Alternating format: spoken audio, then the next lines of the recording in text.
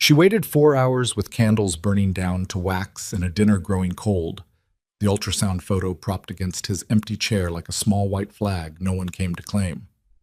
When Claire Moretti finally saw the photograph online, her husband laughing over wine with a woman who wasn't her, she didn't scream. She didn't call. She simply pressed one hand against her swollen belly, drew a slow breath, and made a decision that would bring the most feared man on the East Coast to his knees. This is the story of the empire he built, and the family he destroyed trying to protect it. If this story moves you, stay until the very end, hit that like button, and drop your city in the comments below. I want to see exactly how far this story has traveled. The November wind came off the Hudson like something mean and personal, cutting through the collar of Dante Moretti's coat as he stepped out of the black Escalade and onto the sidewalk outside Cielo, the kind of Manhattan restaurant where the lighting was designed to make secrets look like elegance. His driver held the door. Dante didn't acknowledge him. He never did. Not out of cruelty exactly, but because 22 years of living this life had worn the small courtesies down to nothing, the way river water wears stone, slowly, without intention, until one day you look and all the soft edges are just gone. He was 44 years old. His hair had gone silver at the temples in his late 30s, and he'd never bothered to cover it. Silver looked like authority. Silver looked like a man who had survived things that killed other men. He wore it the way he wore the scar along his left jaw. Not as a wound, but as a credential. Inside Cielo, the maitre d' met him at the door with the practiced deference of a man who understood exactly what kind of customer required, which kind of silence. No name was spoken, no reservation confirmed. Dante was simply escorted past the amber-lit tables to the private alcove in the back, where a woman sat already waiting with a glass of Barolo untouched in front of her. Vivian Hale did not stand when he arrived. She never stood for anyone. That was the first thing he'd noticed about her 4 years ago, when his previous consigliere had introduced her as the smartest person in any room she occupied. His previous consigliere was no longer alive to verify that assessment, but Dante had long since concluded it was accurate. She was 41, lean in the way of a woman who treated her body like a machine rather than a home, with dark eyes that didn't soften even when her mouth was smiling. She smiled at him now. "You're 11 minutes late. Traffic. You have 6 cars and 4 drivers. Then blame the drivers." He sat across from her, reached for her wine without asking, took a sip, set it back down. Not because he wanted the wine, because old habits between them had calcified into something that felt like intimacy without actually being it. Vivian watched him with the precise attention she applied to everything. "You look tired." "I'm fine." "You've been saying that for 8 months. Then stop asking." She leaned back, angled her head slightly, and the candlelight caught the silver thread of a chain at her collarbone. Claire's appointment was today, the 20-week scan. The name landed differently than it should have. It landed with a small interior jolt that Dante had trained himself to convert immediately into nothing. Compress it, file it, move forward. He was very good at moving forward. "I know what day it is," he said, "and yet here you are. There are matters that require my attention." "There are always matters." She reached across the table and let her fingers rest just briefly against the back of his hand. Not a gesture of comfort, more like a physician checking a pulse. "That is precisely what I have been trying to make you understand. The pregnancy has made her fragile. Fragile people become liabilities. You cannot afford liabilities right now, not with the Castillo situation unresolved and 3 of our Eastern operations under scrutiny." Dante pulled his hand back, not quickly. Slowly, the way a man moves when he wants to make clear that the movement is a choice rather than a reflex. "Claire is not a liability. She is a woman who does not understand what you are," Vivian said, without cruelty, which somehow made it worse. "She thinks you are a man with complicated business dealings. She lights candles and reads nursery catalogs and believes that love will eventually make you choose her over this." Small pause. "It won't, and somewhere underneath all that hope, she knows it." Dante said nothing. He lifted the menu, though he already knew what he was ordering, because he always knew what he was ordering here, because this dinner happened twice a month and had for the past year and a half, and routine was another thing that felt like intimacy without the inconvenient truth of it. His phone vibrated on the table. He turned it face down. It vibrated again. He left it. Across the city is the brownstone on West 83rd that Dante had purchased 6 years ago as a gift and a promise. Claire Moretti stood in the kitchen doorway and looked at the table she had spent 2 hours setting. She was 36, 5 months pregnant, her body changed in ways she was still adjusting to. The new weight distribution, the different center of gravity, the way she had to turn sideways now to fit comfortably between the counter and the island. She had bought a new dress for tonight. Not extravagant. She wasn't an extravagant person. A deep green wrap dress that the saleswoman had called forgiving, and Claire had laughed and said she'd take 2. The candles were pillar candles in ivory, set in the holders they'd bought together in Florence on their honeymoon, back when Dante still laughed at things that weren't tactical and stayed in bed past 6 in the morning. The food was his favorite: braised short ribs, roasted root vegetables, a bread she'd made from scratch because she was nesting. That was what the books called it. This compulsive need to build a warm and ordered world before the baby arrived. She was nesting, and she had nested, and now she stood in the doorway at 8:47 in the evening, and the food was going cold, and the candles were 3 inches shorter than when she'd lit them. She called him. It rang 4 times and went to voicemail. His voice, clipped and impersonal, like he recorded it for strangers. Leave a message. Hey, it's me. Dinner's ready. She stopped, rearranged her voice into something lighter. I have something to show you from the appointment today. She moved, Dante. During the ultrasound, she actually moved, and Dr. Halverson said.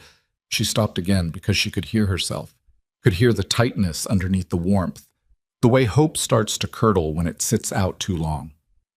Just call me back, please. She set the phone down and sat at the table, ate alone, told herself he was in a meeting, told herself the kind of man he was came with the kind of schedule that couldn't always bend for candles and short ribs. Told herself this the way you tell yourself the noise downstairs is just the house settling. Convincingly enough to get through the night, not convincingly enough to actually sleep. At 9:20, she opened her laptop to check her email. A contractor was sending revised estimates for the nursery. And the photograph was just there, on the sidebar of a news aggregator she'd visited earlier in the day, in the social column of a Manhattan lifestyle site that covered restaurant openings and celebrity sightings and the public performances of private wealth. Dante Moretti, seen dining at Cielo with close associate Vivian Hale. The photograph was time-stamped tonight. The lighting was amber and intimate. Vivian Hale had her hand resting near his on the white tablecloth, and Dante was laughing, actually laughing, his head tilted back slightly, the laugh she hadn't seen in so long she'd forgotten it still existed. And Claire sat very still in the green dress in front of the cold short ribs and the shortening candles and did not move for approximately 40 seconds. Then she closed the laptop, stood up, put on her coat, and went to find out for herself. She took a cab. She didn't know why. Perhaps because driving herself felt like a commitment to something she wasn't sure she wanted to be committed to, or perhaps because her hands were not entirely steady, and she knew it. Cielo was a 12-minute ride. She did not rehearse what she would say. She sat in the back of the taxi with her hands folded over the curve of her belly and watched the city lights slide past the window, all that amber and neon reflected on wet pavement, and she breathed the way Dr. Halverson had taught her during the anxiety session she'd started in her 4th month when the loneliness had become something she could no longer convincingly explain away. She didn't go in. She stood on the sidewalk across the street, under the canopy of a closed florist, in the cold, and she watched through the tall plate glass windows of Cielo as her husband sat at a table with another woman in the back of the restaurant. The windows were large enough, the alcove visible enough, and she stood there long enough to see him pick up his phone, look at it, and place it face down on the table. She had called him 3 minutes earlier. She watched him pour more wine, watched Vivian Hale lean across the table. The specific geometry of that lean, not collegial, not strategic, the lean of a woman who has stopped needing to perform distance because she no longer has to. She watched Dante's face in the amber light, relaxed in a way it never was at home anymore, loose and unguarded in a way that belonged, Claire now understood, to someone else. She could feel the cold through her coat, could feel the weight of the baby shifting slightly, settling, as if her daughter, Dr. Halverson, had let slip the word she wants, catching herself, but Claire had already registered it, as if her daughter had also settled into understanding something about this night. Claire did not cry on the sidewalk. She had learned in the past 8 months that crying was something she did in the shower, or in the car, or in the florist's bathroom during her own baby shower. 3 minutes of dissolving and then back out smiling because a woman in her position, married to a man in his position, did not broadcast weakness any more than he did. Different reasons, same performance. She took out her phone and called him again. Through the window, she watched him pick up the phone, look at the screen, then set it down again, face down, without answering. She hung up before the voicemail, stood there one more second. Then she turned and walked back to the curb and hailed another cab and rode home through the cold Manhattan night with her hands in her lap and a very specific kind of clarity beginning to build in her chest. Not anger yet, though that would come, not grief yet, though that was already there. Just clarity, the kind that arrives when the last small hope finally extinguishes and you find out that you are still standing.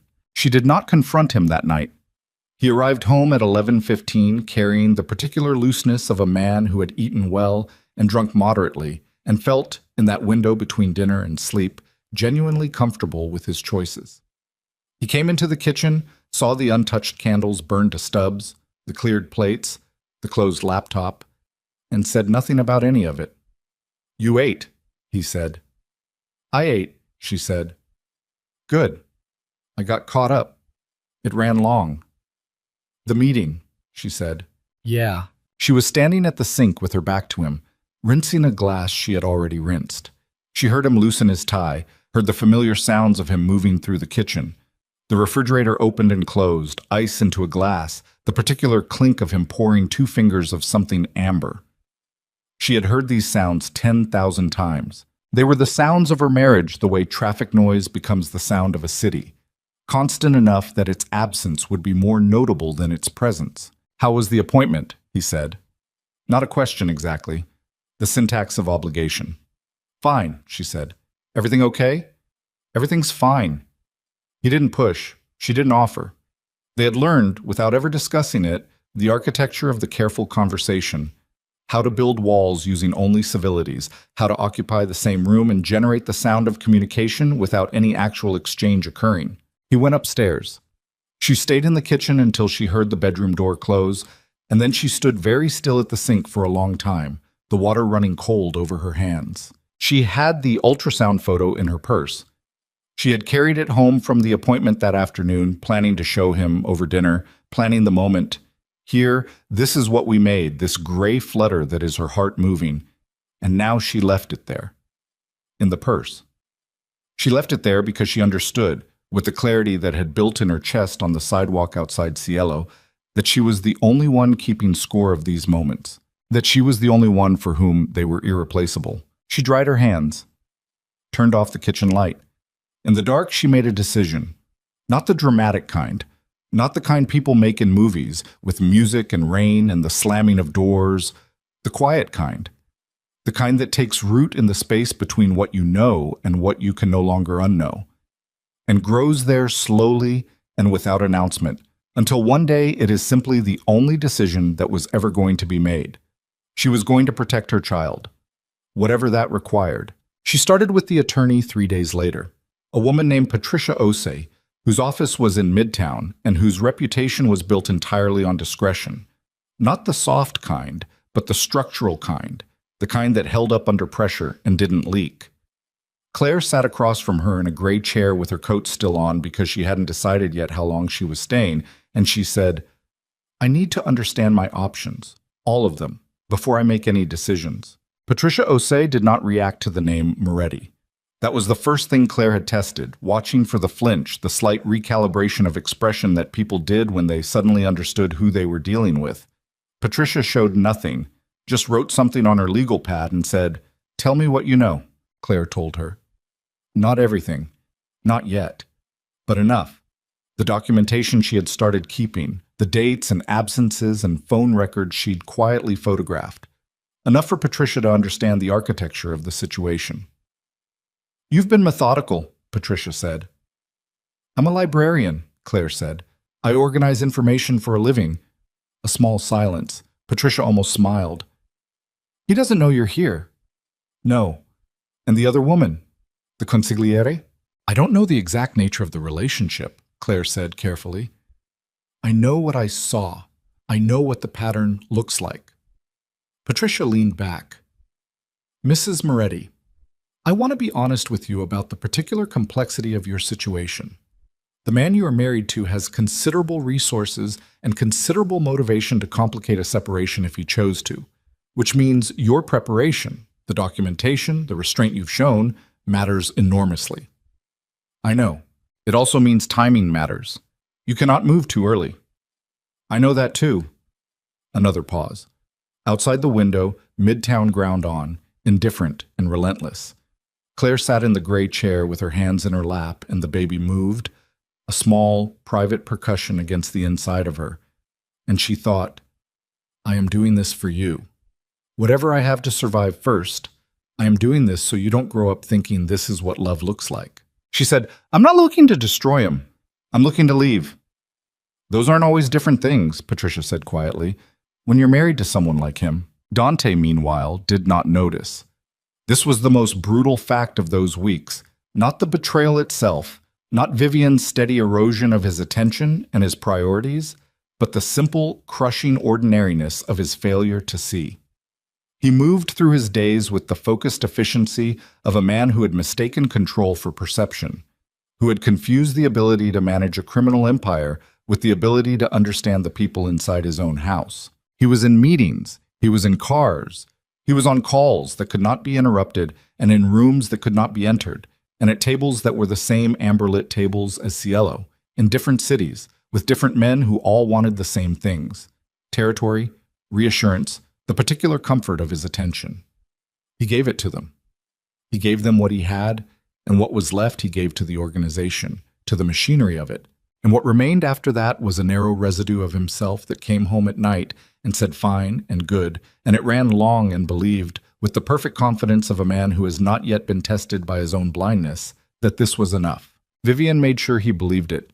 This was her real skill, not strategy, not legal architecture, not the financial maneuvering she performed with such precision.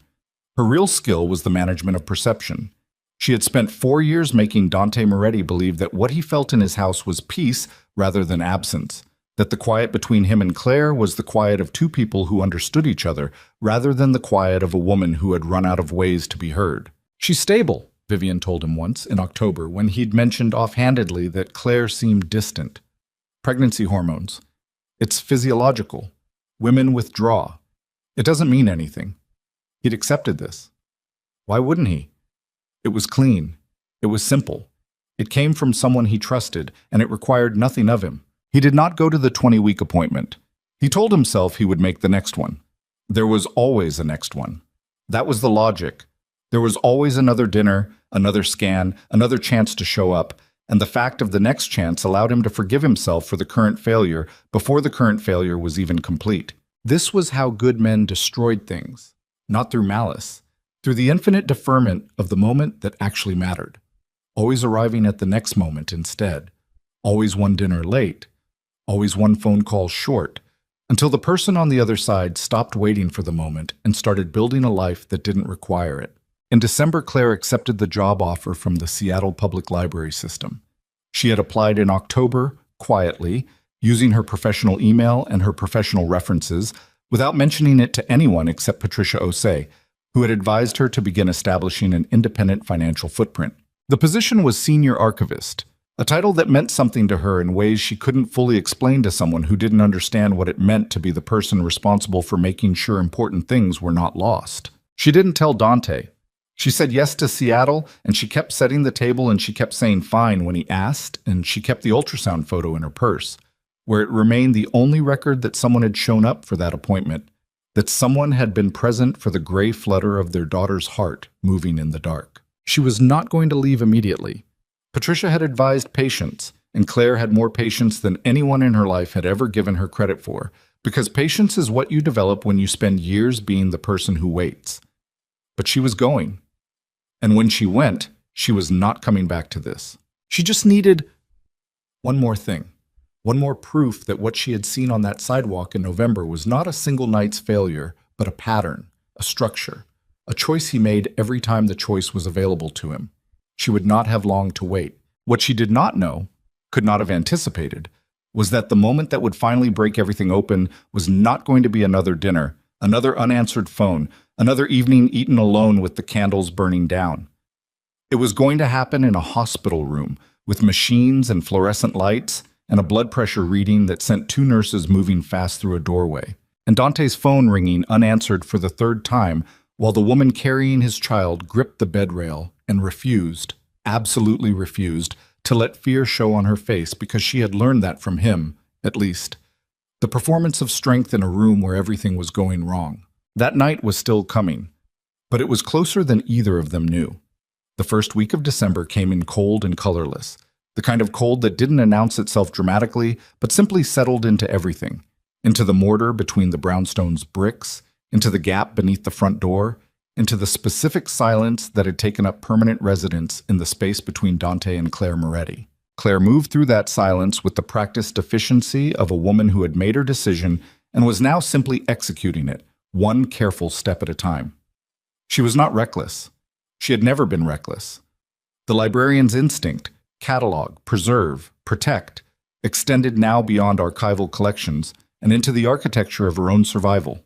Each morning she rose before Dante, made coffee she didn't taste, sat at the kitchen table with her documentation notebook open and her phone face down, and added whatever the previous day had produced. Dates, times, the specific language of his absences, the way he said I'll be home by 8 with the same flat certainty he said everything, as if conviction were a substitute for follow-through. He was never home by 8. She had stopped reacting to this. The reaction itself had become a liability. He could read her reactions, had 22 years of practice reading people, and she could not afford to be read. So she had constructed a kind of internal vault, smooth-faced and featureless from the outside, and she put everything inside it. The anger, the grief, the specific devastation of the 20-week scan, sitting alone in that dim room while the technician moved the cold wand across her belly and the image of her daughter appeared on the screen, that gray, swimming, improbable miracle of a human being, and there was no one beside her to see it. She put all of it in the vault, and she kept moving. Dante, for his part, was conducting what he believed was a perfectly managed life. This was not cynicism on his part. It was, in its own way, a kind of faith. The faith of a man who had built a working system and trusted it to keep working because it always had. The organization ran. The money moved. The men in his circle did what men in his circle did, which was stay in their lanes and report up the chain and keep the machinery functioning. He had spent 22 years building something that could, if required, almost run without him. And in recent months, he had been testing that hypothesis more than he realized. Vivian occupied the space his attention had vacated. This was not accidental. She was too precise for accidents. She had restructured 3 of his Eastern operations over the previous 6 months, quietly, incrementally, in ways that required his signature on documents he reviewed for approximately 40 seconds each before signing, because she had already reviewed them and her judgment was reliable and he trusted her judgment the way you trust a bridge you've crossed 1,000 times, completely, and without inspection. She had also, in those same months, inserted 2 of her own people into mid-level positions in the organization, men who reported to her first and to the wider chain second. A distinction so subtle it would take another 6 months for anyone in the inner circle to notice, and by then the geometry of loyalty inside the syndicate would already have shifted. But none of that was visible in December. In December, what was visible was this. Dante Moretti was a man who believed he was managing 2 separate and sustainable situations, and Vivian Hale was a woman who understood that neither situation was sustainable and who had already begun planning for what came after. She called him on a Tuesday morning, early, before 7, which she rarely did because she understood the value of restraint in all things, including her own access to him. He answered on the second ring. What? We have a problem with Reyes. Carlos Reyes ran the Port Newark operation, container logistics, which was the clean word for the movement of things that could not be moved through conventional channels. He'd been reliable for 4 years. Reliable meant he showed up, moved the product, kept his people quiet, and didn't get creative.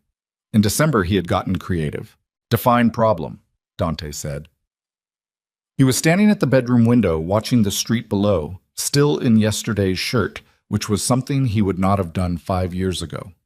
Claire was in the shower. He could hear the water. He's been skimming, Vivian said. Not much. 15, 18,000 over the last 2 months. Small enough that he thought it wouldn't surface. But it did, because I was looking. A pause. The specific pause of someone allowing the implication to settle. I was looking, and you were not. This needs to be addressed today, not tomorrow. The longer it sits, the more it looks like permission. Dante exhaled through his nose. Set it up. 2 o'clock. And Dante? Another pause. Tommy Castillo has been asking questions about the Eastern restructure. Tommy Castillo was his oldest lieutenant, 30 years in. The kind of man whose loyalty was not performed but structural, who had been present at every significant moment of the organization's history and whose memory functioned as its institutional record. If Tommy was asking questions about the restructure, it meant Tommy had noticed something. And if Tommy had noticed something, it was because something was there to notice. I'll talk to Tommy, Dante said. I can handle it, Vivian said instantly. I said I'll talk to him. A silence that lasted exactly 2 seconds longer than it should have. Of course, she said. And then, softer, the register shift she deployed with surgical precision. How is she? Claire. Fine. The pregnancy. Fine, Vivian.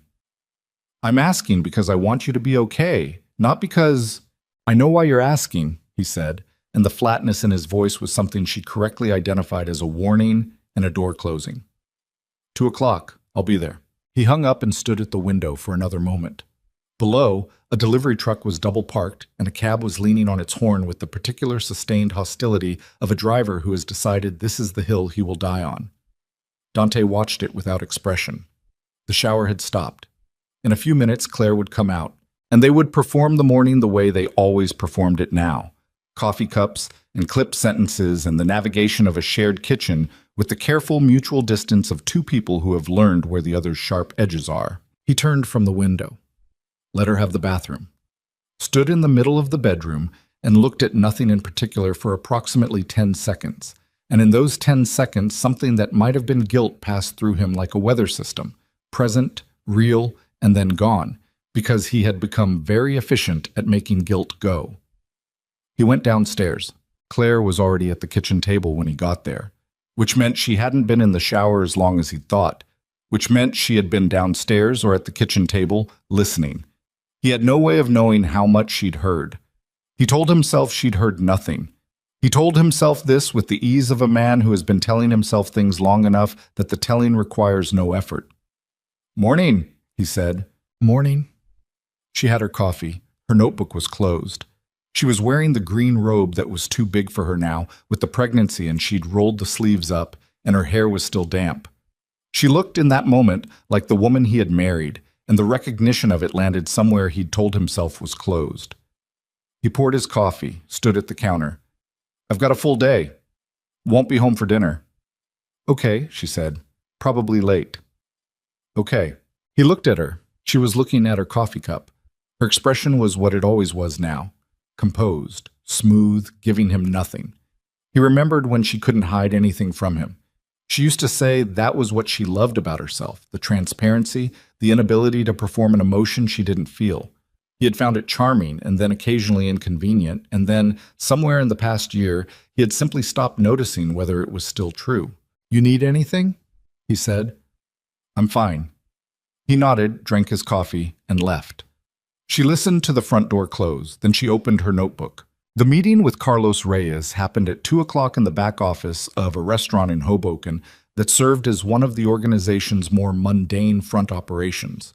Good food, consistent traffic, the kind of place that generated enough legitimate revenue to make the accounting uncomplicated.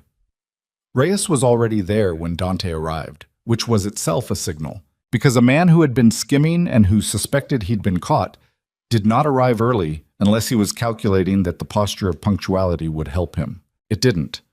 Dante sat down across from him and said nothing for a full minute. This was a technique he'd developed over years.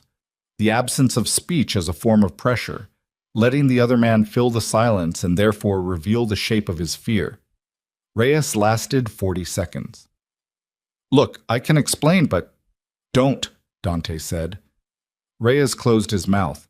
You know what I don't understand, Dante said, his voice conversational, almost mild, which the men who knew him well understood was considerably more alarming than volume.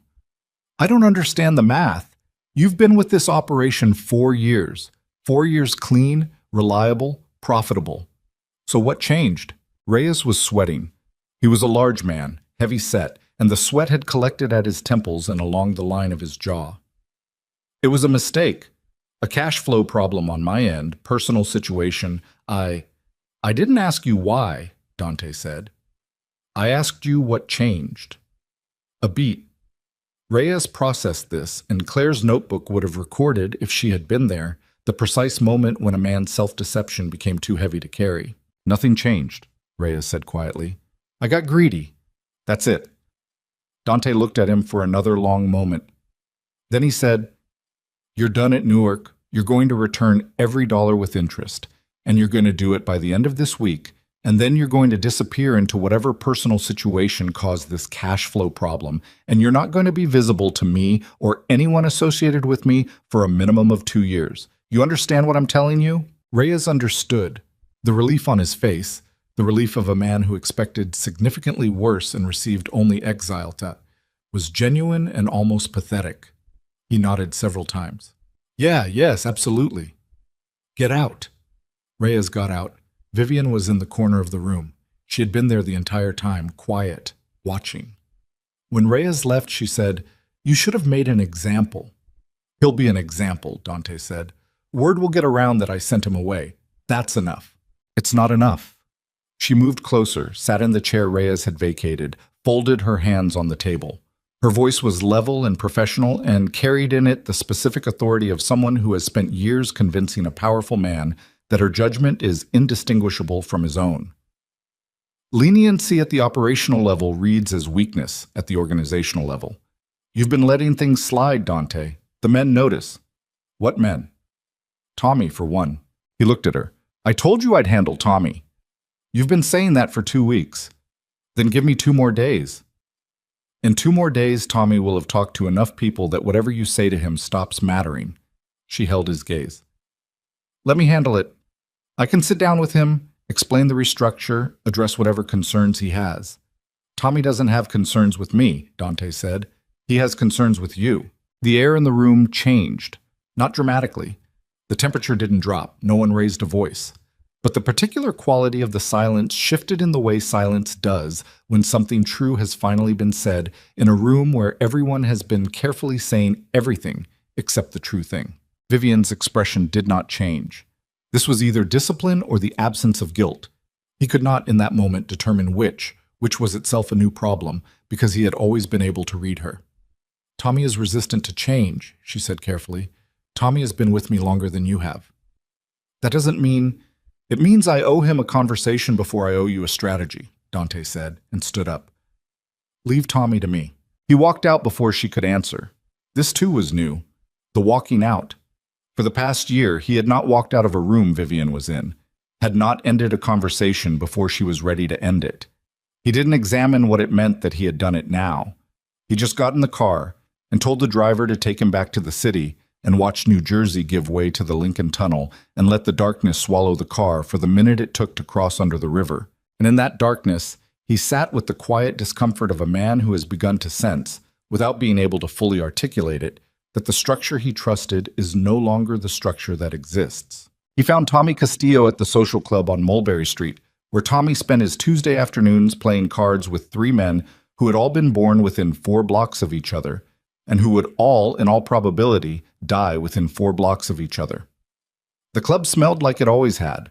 Coffee, cigarette smoke, so embedded in the walls it had become architectural. The particular institutional green of paint that hadn't changed since 1987. Tommy was 63 years old, built like a man who had once been larger and had compressed rather than diminished with age. His hair was white and cut close, and he had the kind of face that expressed very little and communicated everything. When Dante came through the door, Tommy's card partners read the room correctly and found reasons to be elsewhere. Dante sat down. Deal me in. Tommy dealt. They played 2 hands in silence before Tommy said, You restructured the Eastern operations without talking to me. I restructured for efficiency, Dante said. You restructured because Hale told you to. Dante put down a card. She made a case. I agreed with it. You agreed with it, Tommy said, with a flatness that wasn't quite contempt but was adjacent to it. You agreed with moving Ferraro out of Baltimore after 18 years. You agreed with putting her people into positions that used to belong to men who earned those positions. You agreed with all of it. The organization evolves. The organization evolves, Tommy repeated slowly, like a man tasting something he did not order. He laid down his hand. What else has she told you to agree with? Dante looked at him. Be careful. I am being careful, Tommy said, and there was something in his voice, not anger, which was manageable, but a heavier thing, something close to grief, which was not. I've been careful my whole life with you, Dante. 30 years careful. Which is why I'm sitting here saying this instead of saying it to someone else, which is what I should probably do, which is what some of the other men think I should do. And I'm telling you that so you understand the position I'm in. A silence. What other men? Dante said. Men who remember what this was before she started restructuring it. Tommy picked up the cards and began shuffling with the automatic motion of a man who has shuffled 10,000 times. Men who are starting to notice that the decisions coming out of the top of this organization sound like one person. And that person is not you. The word landed with the weight Tommy had intended it to carry. Dante felt it land. He felt it the way you feel a structural thing when it shifts. Not the collapse itself, but the pre-collapse warning, the faint groan of something load-bearing that is no longer bearing the load correctly. She advises, Dante said. I decide. Tommy looked at him with 30 years of quiet, exact knowledge in his face. Dante, he said, just the name. Nothing else. And in just the name was everything that couldn't be said directly. Because loyalty is a language that operates largely in implication, in what is understood between men who have been in rooms together that no one else will ever know about. And what Tommy was implying, with 30 years of loyalty behind the implication, was, I know you. I have always known you. And the man making these decisions is not entirely the man I know. Dante stood up. I'll take a look at the restructure, he said. I'll call you. Yeah, Tommy said without expression. You do that. He did not call Tommy. The week collapsed into the next week the way December weeks do. Accelerating, pressure-dense, the year's end arriving with the specific weight of everything unfinished.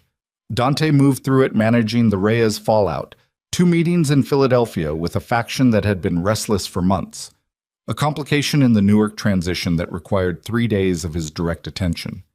He ate dinners that were not at home. He returned calls from everyone except the ones that required him to sit with something uncomfortable. Claire noted all of it in her notebook. She had begun photographing the relevant pages and emailing them to a secure address that Patricia Osei had set up for her. Evidence building is a patient process, and Claire had patience in abundance now because patience had replaced hope as the emotion that got her through the days. And patience is more durable than hope because it requires nothing from anyone except time. She was 6 months pregnant in the second week of December when she woke at 3 a.m. with a pain low in her abdomen that was not like the ordinary discomfort she had cataloged and learned to coexist with. This was different, sharper, more specific, with a quality of wrongness that was distinct from anything the books had described. She lay still for a moment, measuring it. Then it came again. She called Dr. Halverson's emergency line. She was calm on the phone. She described the pain with the precision of a woman who organizes information for a living, and Dr. Halverson said, "Go to the hospital now. Don't wait. Call a car." Claire got out of bed. Dante's side was empty. He had come home after midnight, and she had felt him settle in, and then he had been gone again before 6, and it was 3 a.m. now, and his side of the bed was cold. She called a car. She got her coat and her hospital bag. She had packed it 2 weeks ago, methodically, because that is what she did. She prepared for the things she could prepare for. And she went to the front door, and then she stopped and called his number. It rang 4 times. Voicemail. She left a message. Her voice, in the recording, would later be described by Patricia Osei as the most composed voice she had ever heard leaving a message about a medical emergency, which was either a testament to Claire's self-control or a document of exactly how thoroughly she had stopped expecting him to answer. "It's me. I'm going to Lenox Hill. There's something wrong. I don't know. I'm going now, if you get this." She hung up. went outside into the cold, got in the car, and Dante Moretti, wherever he was, did not get it. Not for another 4 hours. Not until the sun was coming up over a city that did not pause for any of this. Not for marriages dissolving or daughters arriving too soon, or men sitting in restaurants with the wrong woman while the right one rode alone through the dark toward a hospital that didn't know yet whether tonight was the night everything. The hospital at 4 in the morning had the quality of a held breath, fluorescent and hushed. The particular stillness of a place that was never actually still, but had learned to perform stillness for the people inside it who needed to believe that everything was under control. The admissions nurse who took Claire's information did not ask unnecessary questions. She read the situation with the competence of someone who had been reading situations like this for years. A woman alone, 6 months along, gray-faced and controlled in the specific way of someone using control as a load-bearing wall. And she moved quickly and without theater, which was the only thing Claire could have been grateful for in that moment. They put her in a room. Monitors. The cold compression of the blood pressure cuff cycling every 15 minutes. A resident named Dr. Yuen, who was young enough to make Claire feel old, who examined her with gentle efficiency and then left to consult with someone more senior, and in the space his leaving created. Claire lay on the hospital bed with the ceiling above her and the monitors beside her and her phone in her hand, and absolutely nothing to do except exist inside the fear and refuse to show it. She called Dante again at 4:20, voicemail. She did not leave another message. She set the phone on the bed rail and looked at the ceiling and made a catalog, the way she always made catalogs. Organized, sequential, useful. What she knew, what she didn't know, what was in her control and what was not. Her daughter's heartbeat was visible on the monitor, a small urgent line rising and falling with mechanical regularity, and Claire watched it with the fixed attention of a woman who has decided that watching it is an act of will, that as long as she watches it and holds the watching in place, the line will keep moving. Dr. Halverson arrived at 4:45. She was in her 50s, gray-haired and direct, the kind of physician who delivered information the way a good contractor delivers a structural assessment, clearly without softening, because softening serves no one when the roof needs work. "Your blood pressure spiked," she said, sitting beside the bed in a way that meant she was staying. "We're concerned about early onset preeclampsia. It's manageable, but it requires intervention now and monitoring through the remainder of the pregnancy. We're going to give you medication, we're going to watch you overnight, and we're going to have a conversation in the morning about what the next 3 months look like." "Is she okay?" Claire said. Not a question exactly. A demand. "Her heartbeat is strong. We're watching her closely." Dr. Halverson's eyes moved to the empty chair beside the bed and then back to Claire with no commentary and no expression, which was its own form of commentary. "Is someone coming?" "Yes," Claire said. It was the first lie she had told Dr. Halverson in 2 years of appointments. She said it with the same smooth composure she said everything now, and she did not look at the chair, and she did not look at her phone, and she did not allow herself to do the arithmetic of how many times she had called and how many times he had not answered, because that arithmetic led somewhere she could not afford to go while there were monitors and medication and a small, urgent heartbeat that required her full and undivided presence. At 5:15, the medication began. The blood pressure started its slow descent. Claire closed her eyes, not to sleep but to reduce the input, to manage the volume of the moment down to something survivable. The room breathed its fluorescent breath around her. Outside the window, the city was beginning its pre-dawn assembly. The first trucks, the first distant horns, the gray light beginning to dilute the dark at the horizon line. She was alone. She was 6 months pregnant and alone in a hospital room, and her blood pressure was dropping, and her daughter's heartbeat was on a monitor, and she was alone. And at some point in the next several hours, she would have to decide how much weight she was willing to assign to this fact. She already knew the answer. She had known it since the sidewalk outside Cielo. She had simply been waiting for something that felt, even to her, like enough. This, she thought, looking at the ceiling, this is enough. Dante's phone registered 5 missed calls at 6:47 in the morning. He was in a car outside a building in the Flatiron district, having spent the previous 3 hours in a conversation that had required his physical presence and his complete attention, and his phone on silent in his coat pocket. And when he turned the screen on and saw Claire's name 5 times, and then the voicemail indicator, something moved through him that was not a thought, but a physical response.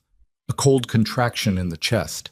the body registering danger before the mind has finished processing the information. He listened to the voicemail standing on the sidewalk in the early gray of a December morning, with his breath making small clouds and his hand tight on the phone. "It's me. I'm going to Lenox Hill. There's something wrong."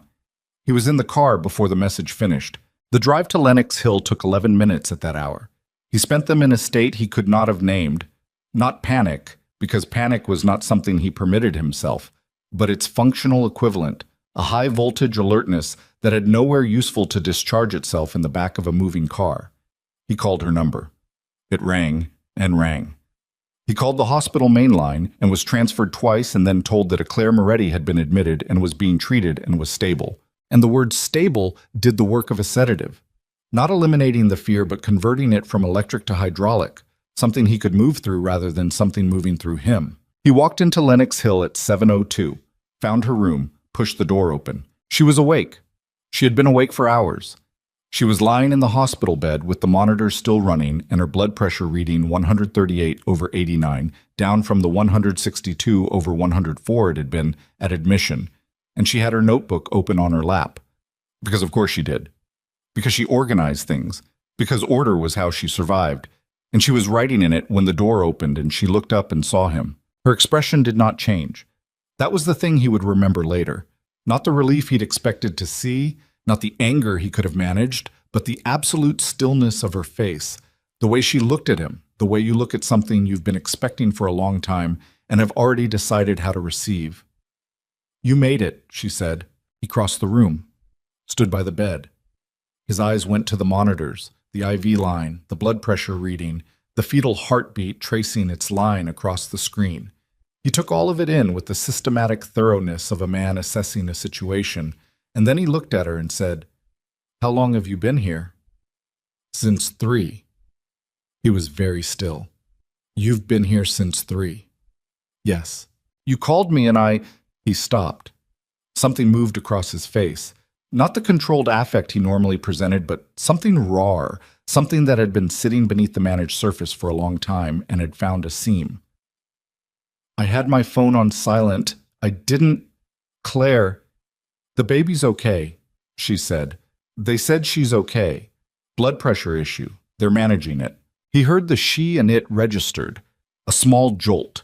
An involuntary something behind his eyes that was the closest he had come to crying in probably 15 years. He reached out and put his hand over hers on the bed rail. Her hand was cold. She didn't move it, but she didn't respond to his either. Just let it rest there under his, present and accounted for, and utterly without warmth. "I'm sorry," he said. She looked at him. "I know," she said. And the way she said it, quiet and complete, no inflection, no anger, no invitation, told him everything he needed to know about what "I know" meant, which was, "I know, and it no longer matters, and I have moved past the place where your apology lives." He stayed.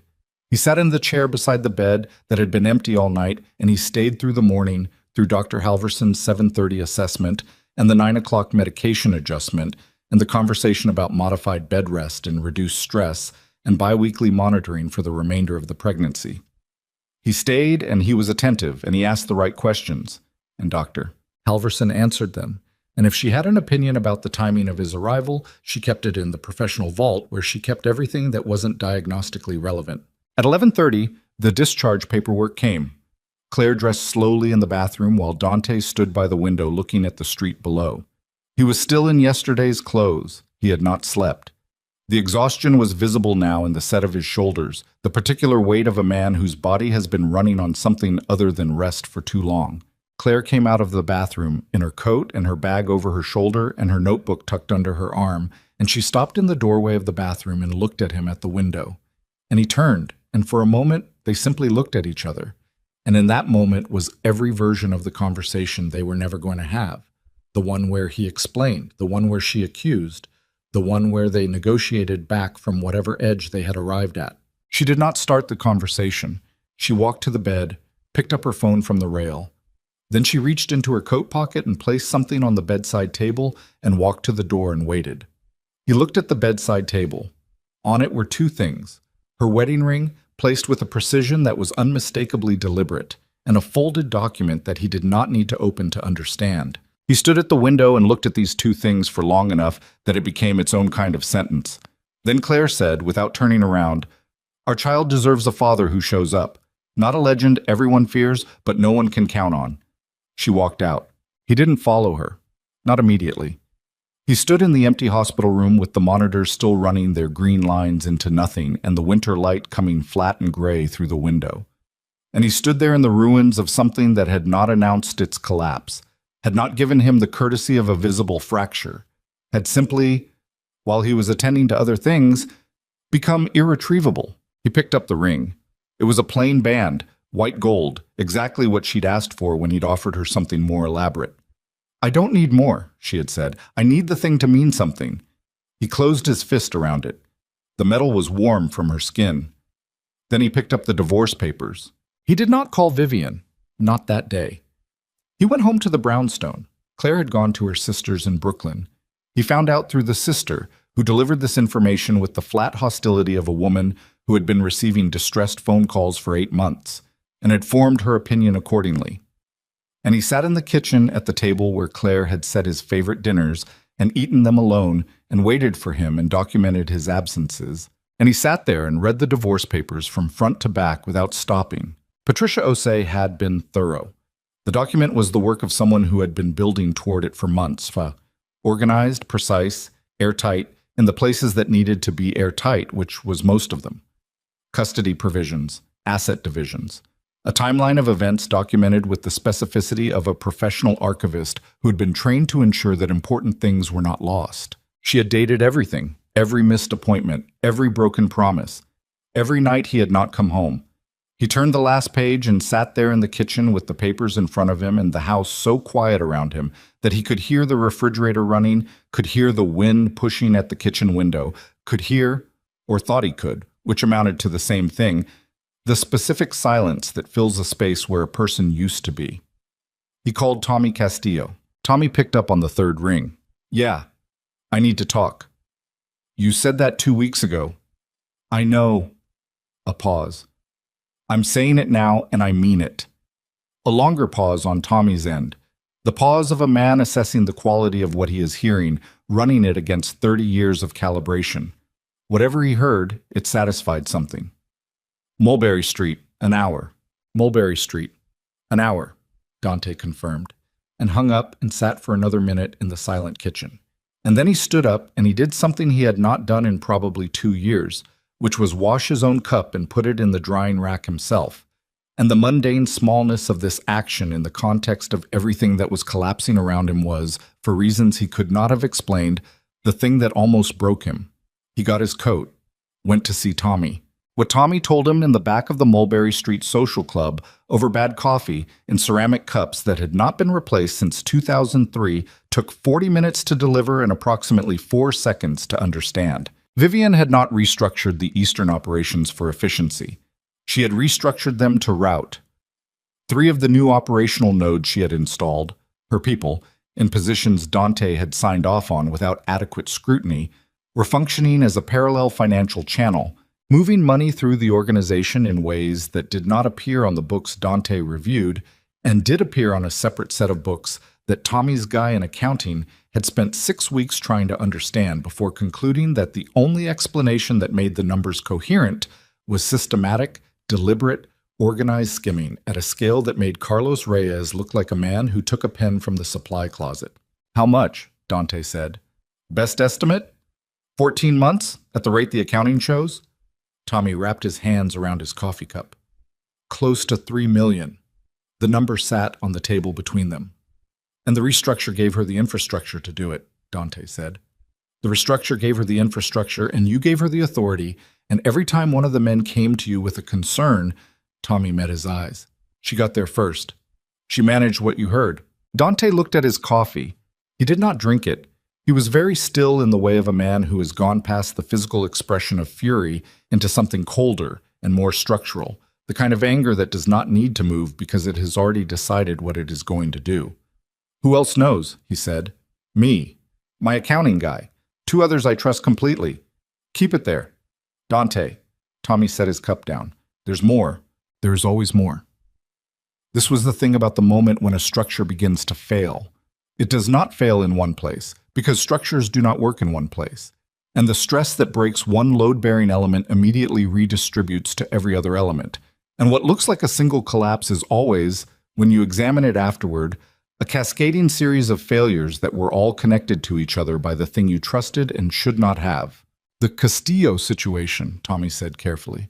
The Philadelphia faction. The restlessness you've been managing for months. He paused. She's been managing it too. In a different direction. Dante raised his eyes from the coffee cup. She's been in contact with the Philadelphia leadership, Tommy said. My guy confirmed it last week. 3 meetings in the last 2 months. She's been representing herself as... He stopped, seemed to weigh the word. As a principal, not a consigliere, not your representative. A principal. The silence in the room was absolute. She's been telling them you're losing your edge, Tommy said. That the organization needs new leadership. That she can deliver continuity and stability if they're willing to back a transition. He looked at Dante steadily, with the directness of a man who has been saving this for the moment when it could not be unsaid. She's been building a coalition, Dante. Inside your own house while I was occupied, Dante said quietly. Tommy said nothing. The implication did not need amplification. Dante sat with it. He sat with all of it. The $3 million, the parallel infrastructure, the Philadelphia meetings, the coalition building, the 4 years of careful, patient, surgical positioning inside his organization by a woman he had trusted with the architecture of his own power. He sat with it the way you sit with structural damage, not the panic of the first recognition, but the cold, methodical inventory of everything that has been compromised. Then he thought about the hospital room. Claire in the hospital bed with her hand cold under his. The ring on the bedside table. A father who shows up. The divorce papers with their meticulous timeline of every night he had chosen this. Chosen the organization, chosen the tables with amber lights, chosen the person who had been, all along, building a structure of betrayal inside the structure of his life. She leaked information to accelerate this, Dante said. It was not a question. He was assembling it in real time, the way he always assembled things, linearly, ruthlessly, following the logic wherever it led. The restlessness in Philadelphia, some of that isn't organic. No, Tommy said. Some of it was manufactured. She fed them information that made the men nervous, made the organization look unstable, then offered herself as the solution. That's my read, Tommy said. Dante nodded slowly. Then he said, She knows about Claire. Tommy frowned. What about Claire? The separation, the filing. He looked at Tommy. If Claire is no longer, if I'm personally destabilized, that's useful to her. That accelerates the narrative. He thought of Vivian's voice on the phone months ago. She's fragile. Fragile people become liabilities. He had taken it as counsel. He understood now it was reconnaissance. She's been watching the marriage deteriorate and using it. Tommy stared at him. How long has she been? I don't know, Dante said. I don't know how far back it goes, and right now it doesn't matter. He stood up. What matters is that she doesn't know I know. And she doesn't know about Tommy's accounting guy. And she doesn't know that you and I are sitting here. What are you going to do? Tommy said. I'm going to fix it, Dante said. All of it. Dante. Tommy stood too. And in his face was something complicated. The loyalty that had sustained 30 years, and the grief of a man who has watched someone he respected make expensive mistakes, and the particular steady quality of someone who is not going to leave regardless of the cost. Claire first, he said, before any of this.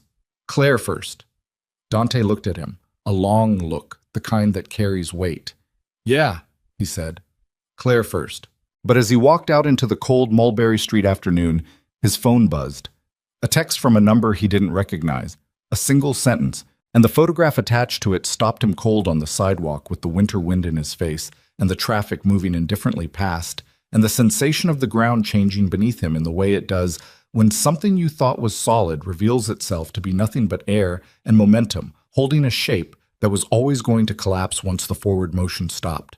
The text said, "Tell your wife to enjoy Seattle. She won't make it." And attached to it was a photograph of Claire, taken today, outside the hospital, getting into a car, the angle and the resolution of someone who had been close enough to touch her, and had chosen, for now, to only watch. He stood on Mulberry Street for exactly 3 seconds looking at the photograph on his phone. 3 seconds was longer than it sounds when every nerve in your body has converted to a single frequency. Then he moved, not ran.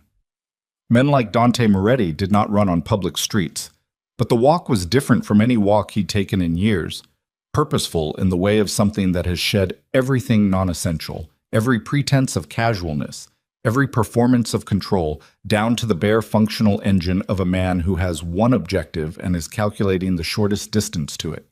He called Tommy before he reached the car. Tommy picked up on the first ring. "The photograph I'm sending you right now," Dante said. "Find out who took it and where they are in the next 30 minutes. A pause. Tommy would be looking at it now. "This is from today. Outside Lenox Hill. She's at her sister's in Brooklyn. I need 2 men on that address inside 15 minutes, Tommy. Not visible. I need them there, and I need them quiet." "Already moving," Tommy said, and the line changed quality. Dante could hear him talking to someone else, the clipped exchange of men shifting into operational mode with the practiced efficiency of people who have done this before. "Dante," the number the text came from. "Burn phone. She's not stupid." He got in the car. "But the photograph means someone was physically present, which means we can find them." He told the driver. "Brooklyn, West 18th Park Slope. Don't stop for anything." The driver didn't answer. He drove. Dante sat in the back and looked at the photograph again and did not allow himself to feel what was underneath the operational thinking, because what was underneath was not something he could afford right now. Later. He would pay that debt later. Right now, the only currency that mattered was time. He called Claire. It rang 3 times. He counted. And then, "I told you I needed space. Listen to me," he said. "Don't hang up. I need you to listen to exactly what I'm about to say, and then do it without asking me to explain." A silence. He could hear her breathing. He could hear in the background the specific ambient sounds of a Brooklyn apartment.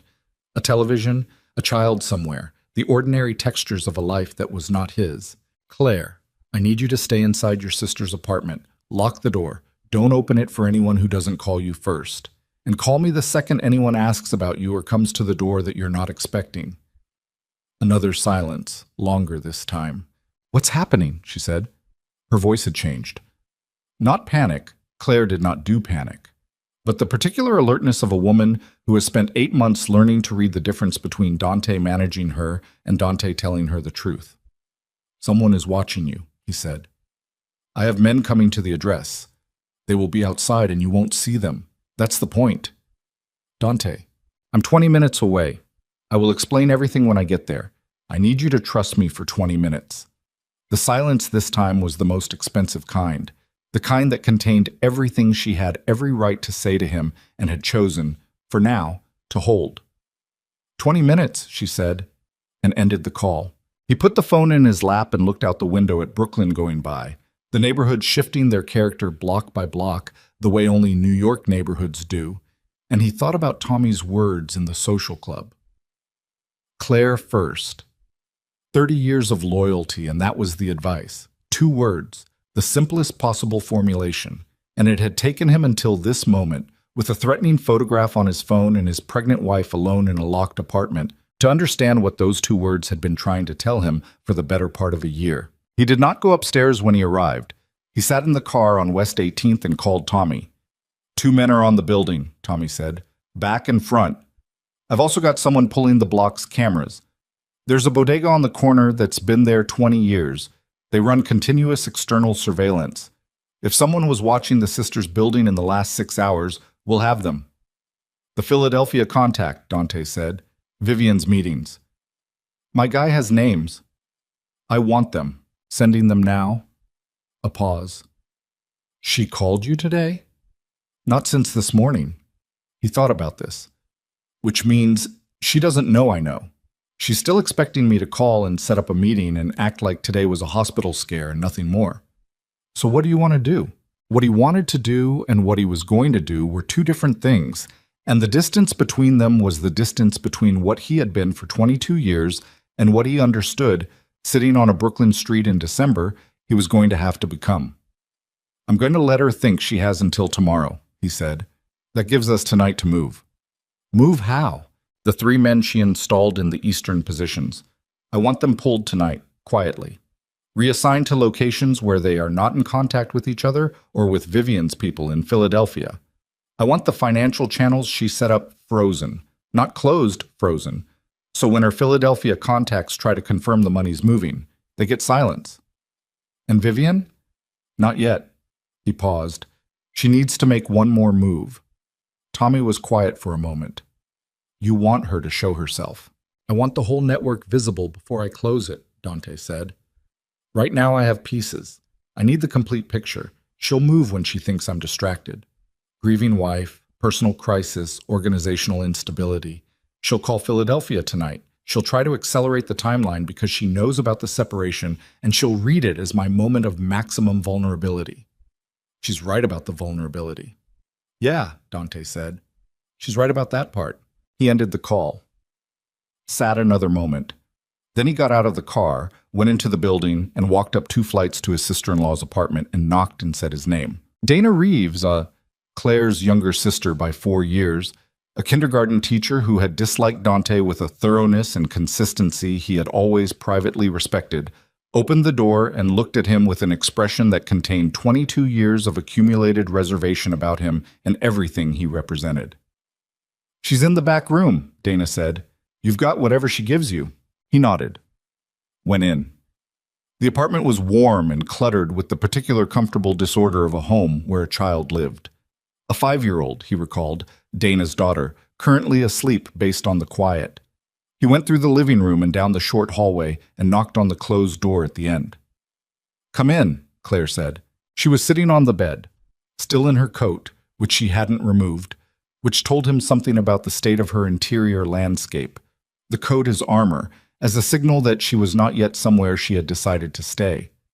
Her hands were folded in her lap, and her face was doing the thing it always did now. The vault, smooth and uninformative, except that he could see, because he had known her face longer than he had known most things in his life, the seam where the control was costing her. He sat in the chair across from the bed, not on the bed. He understood, without being told, the geometry of what this conversation required. There's a threat against you, he said, against you specifically. Someone in my organization has been building a move against me, and they've identified you as a point of leverage.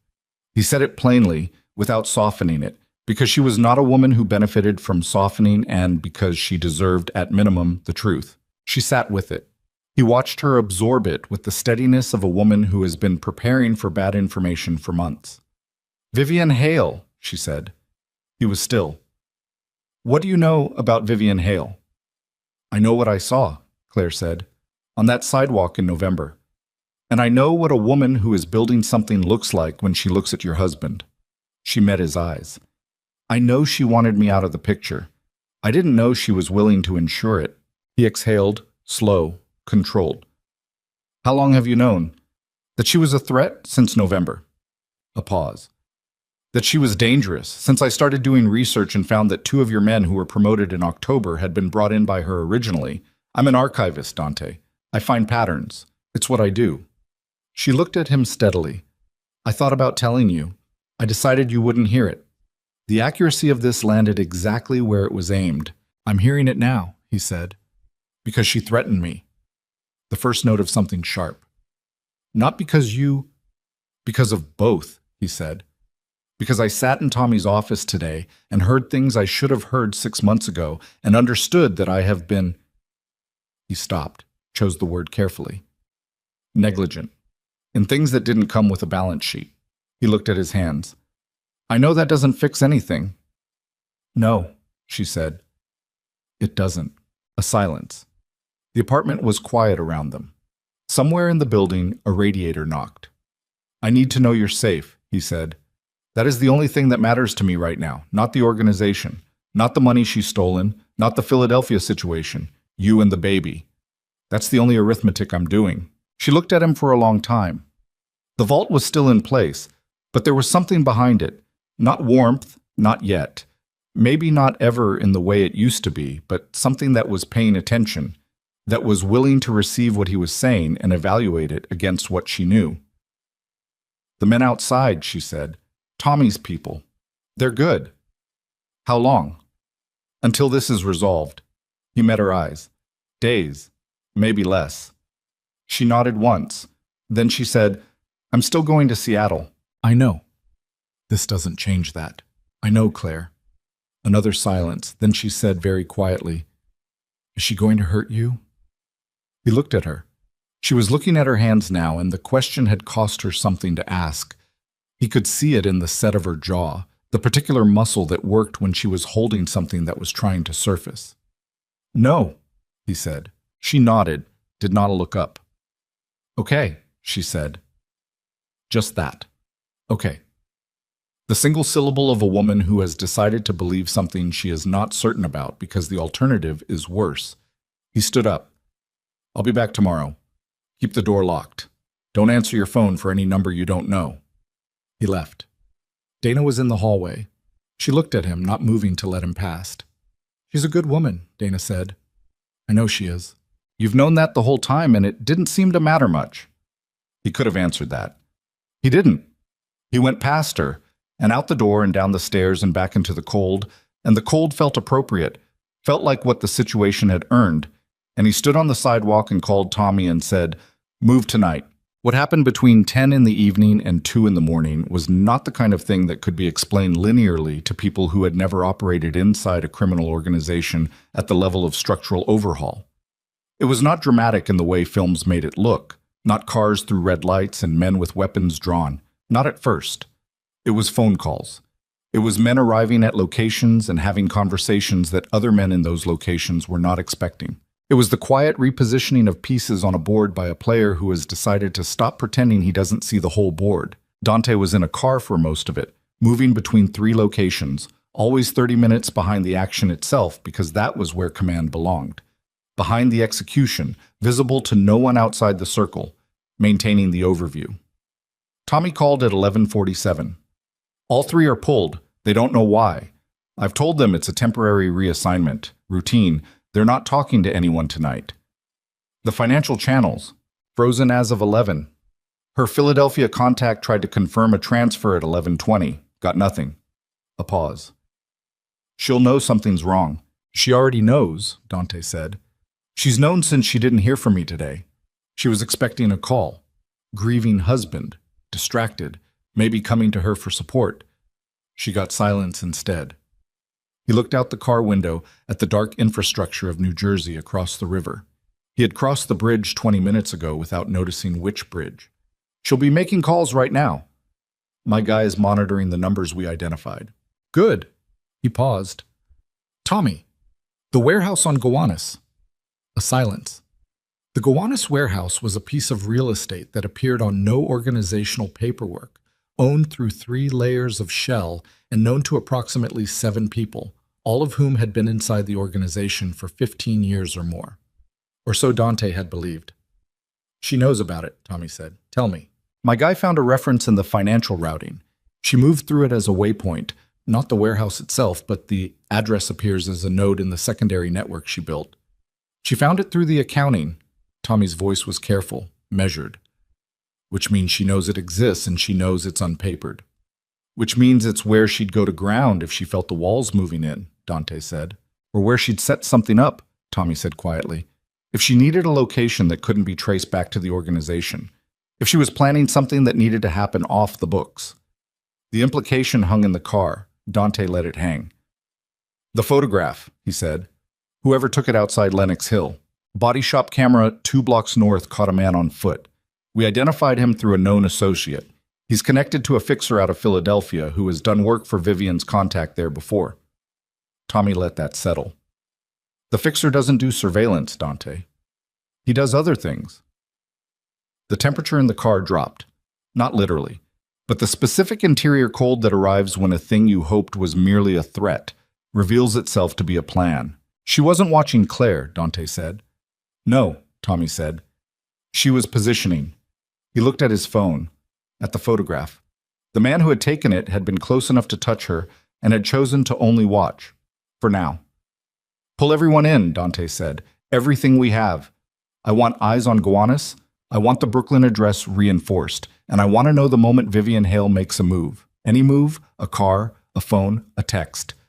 I want to know it before she finishes making it. That's a lot of bodies moving in one night. Then start moving them, Dante said, and something in his voice had gone to a register that Tommy had not heard in years. Not cold, because cold implied distance, and this was not distant. This was the specific register of a man who has arrived at the place where strategy ends and something more fundamental begins. The place where everything else falls away, and what is left is a single question: what are you willing to do? Tommy knew the answer. He'd known it for 30 years. The cars moved. The night moved with them.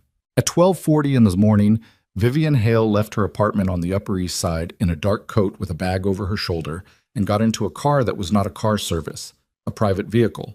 Plates that Tommy's man ran and came back registered to a name that was 3 layers of paper away from being real.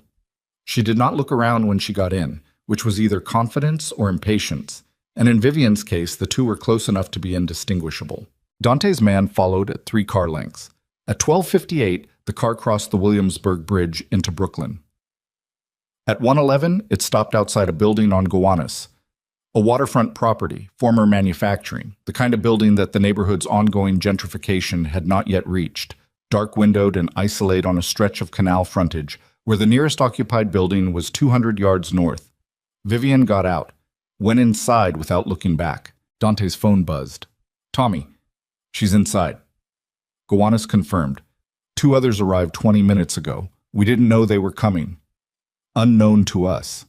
He read it in the car on the Manhattan Bridge, heading toward Brooklyn, Tommy in the passenger seat beside him, 4 men in the car behind. "Unknown," Dante said. "The Philadelphia fixer," Tommy said, "and 1 other. Armed." "Almost certainly." Dante looked out the windshield at the bridge lights and the black water below and the Brooklyn darkness ahead. His hands were in his lap. He was not shaking. He was the opposite of shaking. He had gone very still in the way of something that has stopped spending energy on anything except the thing immediately in front of it. "She's going to move on Claire tonight," he said. "She knows the channels are frozen. She knows something shifted. She's accelerating." "The men on the Brooklyn address are good," Tommy said. "They need to be better," Dante said. "Call them. Now. Reinforce." Tommy called. Dante listened to one side of the conversation with his eyes on the road, and the road getting darker as the bridge gave way to streets, and the streets narrowed toward the waterfront and the warehouse where Vivian Hale had gone to ground, with 2 armed men and whatever plan she had been building, quietly, for longer than Dante had known to look. They parked 2 blocks north, got out into the cold. The canal smell hit first, chemical and damp, the smell of water that carried industrial history in its chemistry. The warehouse was visible from where they stood, a dark shape against a darker sky. 2 windows on the 2nd floor with the faint evidence of interior light behind blackout curtains. Dante checked his phone. A message from the man on Claire's building. "Quiet here. No movement." He replied, "Stay on it. Do not leave that position for any reason." He put the phone in his pocket, looked at Tommy. Tommy looked at him. "You don't have to be the one who goes in," Tommy said. "Yes, I do," Dante said. She built this inside my house," Dante said, and his voice was very quiet, the specific quiet of something compressed past the point where volume is necessary. "She built it using my trust and my name and my signature on documents I should have read, and she pointed it at my wife. My pregnant wife, alone in a hospital at 3 in the morning. He looked at the warehouse. "Yes, Tommy, I do have to be the one who goes in." Tommy looked at him for a moment with 30 years in his face. Then he turned to the men behind them and began giving instructions in a voice too low for Dante to hear, and Dante stood on the Gowanus waterfront in the December cold, with his breath making small clouds and the canal moving darkly beside him and the warehouse ahead. And he felt, underneath everything, underneath the operational clarity and the controlled fury and the weight of what the next hour was going to require, the specific grief of a man who has understood too late what he was protecting and now has to pay the full price of that lateness in the only currency the situation will accept. He started walking toward the warehouse. Behind him, Tommy and the men fell into position. The door was metal, industrial, old, a chain that had been cut and replaced with a newer lock. Dante examined the lock for 3 seconds, made a decision, looked back at Tommy, who nodded at the man beside him, who stepped forward and in 40 seconds had the door open in the way of a man who has opened doors like this before. Inside, the smell of concrete and old oil and something chemical and the distant sound of voices from the second floor. One of them Vivian's, low and controlled, the way she always spoke. Every register managed, every inflection considered, even now, even here. They moved through the ground floor in the dark with the practiced quiet of men who have moved through dark spaces before. Dante's eyes adjusted. Shapes resolved. Old machinery, draped equipment, a catwalk above leading to the second floor. The voices from upstairs were clearer now. Vivian was talking to someone. Dante caught fragments, tomorrow morning, before he has time to. And the wife is the only thing he'll respond to now. And it needs to look like. He stopped at the base of the catwalk stairs, looked up. One of Tommy's men put a hand on his arm. The instinctive restraint of someone who understands that the man they are with is about to do something that cannot be undone and wants one more second of being sure. Dante looked at the hand, then he looked at the man, then he started up the stairs. The second floor was open plan, the floor dusty concrete, the blackout curtains on the windows letting in no light from outside. 3 figures under work lights mounted on portable stands. Vivian at a table with a phone and documents, a man Dante did not recognize standing to her left, and a second man near the window whose posture and the specific way his coat fell said armed and ready as clearly as a sign. Vivian heard him on the 3rd step from the top. She turned. For 1 second, exactly one, her face did what it never did, which was show him something unmanaged. Shock, raw and unperformed, the face beneath the face. Then it closed again, and what replaced it was something that was not quite fear and not quite defiance, but contained elements of both. And her eyes moved quickly to the 2 men with her and then back to Dante, and she made a calculation that he could see her making. Dante, she said. The voice was level, remarkable, given everything. Don't, he said. He came up the last 3 stairs and stood on the second floor, and Tommy and 2 men came up behind him, and the man near the window shifted his weight, and Tommy's man said very quietly, "Don't do that," and the window man stilled. Vivian looked at Dante across the warehouse floor. The work lights made everyone look like they were standing in a theater, the kind of lighting that erases everything except the essential. And what was essential in this moment was 2 people who had spent 4 years in a particular configuration of trust and use and now stood on opposite sides of what that configuration had finally produced. "How much did Tommy tell you?" she said. "Enough," Dante said. "Then you know that what I built is more stable than what you had," she said, and her voice carried in it the genuine conviction of someone who has spent 4 years believing something so thoroughly that the belief has become indistinguishable from truth. The organization needed direction, Dante. Real direction, not sentiment. Not a man who was distracted by a woman who was never going to understand. "Don't," he said again, and this time the word was different, lower, the kind of word that ends rather than interrupts. She stopped. "You threatened my wife," he said. "My pregnant wife, in a hospital." "I warned you," Vivian said, and the conviction in her voice was still there, but there was something working behind her eyes now. Not the calculation she normally projected, but something more desperate. The specific energy of a structure that has begun to understand it is collapsing. "I told you for months that she was a liability, that the personal situation was going to—" "She is not a liability," Dante said, and the quiet of it was absolute. "She is the only person in 4 years who never tried to use me." Something moved in Vivian's face. It was not remorse. It was something more complicated, and in some ways worse. The recognition of a woman who understands that she has miscalculated, not tactically but fundamentally, that the variable she treated as weakness was the only thing in the situation that was actually real. The man to her left moved his hand toward his jacket. Tommy's man was faster. What happened next took 11 seconds, and left the man on the floor zip-tied, and the window man similarly restrained, and Vivian standing at the table with her hands visible, her phone face down in front of her, and Dante 3 feet away looking at her with a stillness that was the most dangerous thing in the room. "The Philadelphia network," he said. "All of it. Every name, every contact, every financial thread. You're going to give Tommy everything." "And if I don't," she said, "then the evidence we already have goes to federal authorities in the morning and you navigate that alone." He held her gaze. "Or you give us what we need and we determine together how the next chapter goes."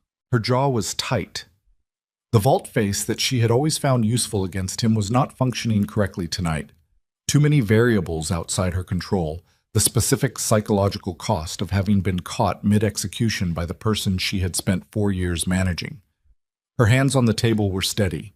That was perhaps the most Vivian thing about the moment, that she could be standing in a Gowanus warehouse at 1 in the morning with her entire construction collapsing and her hands would still be steady. "You'll cooperate with authorities," she said slowly. "Negotiate agreements." "Where I can." "That's not the man I've known for 4 years." "No," Dante said. "It's not." She looked at him for a long moment. Then she looked at the phone on the table, and in her eyes was the specific reckoning of someone who is running the arithmetic of a situation they cannot win and arriving at the single remaining option. She sat down, pulled the phone toward her, looked up at Tommy. "Get something to write on," she said. "This is going to take a while." Tommy moved. His men secured the room. And Dante stepped back from the table and turned and walked to the window and stood there in the dark behind the blackout curtain, looking at nothing. And he let out a breath that had been building for longer than tonight, longer than December, longer maybe than the past year. The breath of a man who has been holding something up by sheer force of will and has finally, at cost he cannot yet calculate, put it down. His phone buzzed. Brooklyn address. Tommy's man. Movement on the street. Someone watching the building. "We have him." Dante typed back 4 words. "Hold him. I'm coming." He turned from the window. Tommy was at the table with Vivian, a legal pad open, the pen moving. 2 men on the doors. The work lights harsh on everything, making the dust on the concrete floor visible, making the old machinery in the shadows look like the ruins of something that had once been functional and was now simply taking up space. He looked at Vivian one last time. She did not look up. She was talking in the flat, methodical tone of a woman delivering information she has decided to deliver. And she did it with the same precision she applied to everything, even this, even the dismantling of the thing she had built, and in some part of him that he could not fully close off. He recognized that she was, even now, the smartest person. The man they had on the street outside Dana's building in Brooklyn was not a professional. That was the first thing Dante registered when Tommy's man brought him around to the alley behind the bodega on the corner. Not a professional, which was actually more alarming than if he had been, because professionals operated within a predictable logic, a cost-benefit calculus that could be negotiated or predicted or interrupted. This man was young, mid-20s, with the specific hollow-eyed look of someone who needed money badly enough to accept work he did not fully understand from people he did not fully know, which made him simultaneously less dangerous and less controllable than a professional would have been.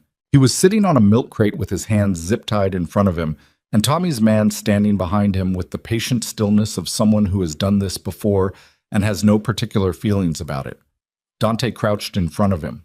The alley smelled like garbage and cold concrete. The December wind moved through it with the indifference of weather that does not adjust itself for human situations. "You're going to tell me who hired you," Dante said. His voice was very quiet. He was exhausted in a way that went past the physical. The exhaustion of a night that had required him to be multiple versions of himself simultaneously and had extracted a cost from each version. Not because you're brave or because you're loyal to whoever it was, because you're not. You took money from a phone call probably, and you don't know enough about the situation to have loyalty to it. So you're going to tell me because it's the fastest way to end your involvement in something you don't want to be involved in. The young man looked at him. His eyes were trying to calculate whether this was a situation he could lie his way out of. Dante watched him run the calculation and arrive at the correct answer. He talked for 6 minutes.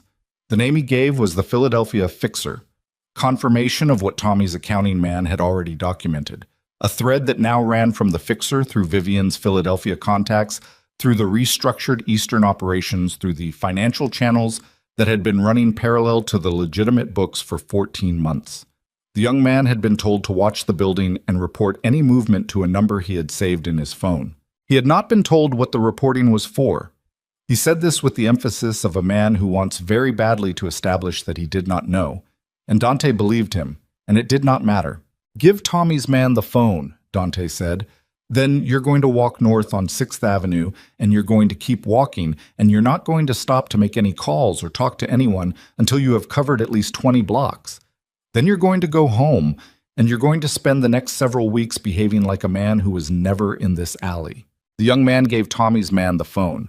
Then he walked north on 6th Avenue into the dark, and Dante watched him go, and thought about all the young men who had made similar calculations at similar decision points over the past 22 years.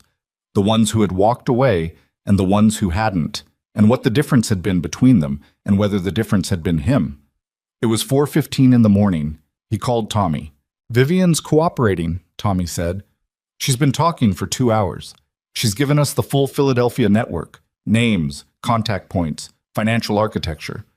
The 3 men we pulled from the eastern positions are still contained. Nobody's talking to anybody outside the circle." "The fixer," Dante said. "I'm having that conversation tomorrow morning, through channels." Tommy meant the channels that were not Tommy's channels, the federal channels, the ones Dante had resisted for 22 years and was now, in the final accounting, going to use. He has exposure on things that go well beyond tonight. He'll negotiate. "Make sure Vivian's cooperation is documented before that conversation happens," Dante said, "properly documented, through Patricia Osei's office." A pause. "You're using Claire's attorney. She's a good attorney," Dante said. Tommy was quiet for a moment. "Dante, what are you doing?" "I'm going upstairs," Dante said, "to tell my wife she's safe. And then I'm going to sit with whatever she has to say to me, and then—" He stopped, looked up at the building. Dana's apartment, 3rd floor, 1 window lit. "And then I'm going to spend however long it takes doing what I should have been doing for the past 4 years. "That's not what I'm asking," Tommy said gently. "I know," Dante said. "I'm dismantling it, Tommy. The whole thing. Not tonight, not in a week. But I'm done, and I want it done correctly, which means I need the federal relationships, and I need the documentation, and I need time." He paused. "I need you." A long silence on Tommy's end. The silence of 30 years compressing into a single assessment. "You've got me," Tommy said. "You've always had me." "I know," Dante said. "I haven't earned it lately." He ended the call, stood on the Brooklyn sidewalk in the 4 in the morning cold, and looked up at the lit window for a moment longer. Then he went inside and walked up the stairs and knocked on Dana's door and said his name. Dana opened it.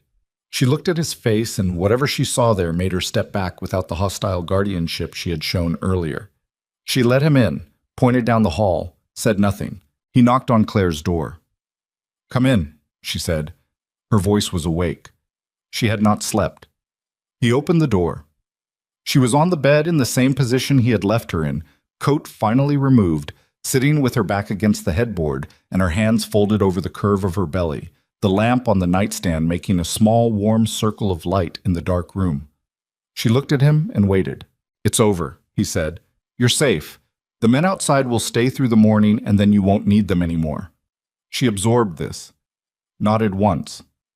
"Vivian, in custody by morning, federal charges.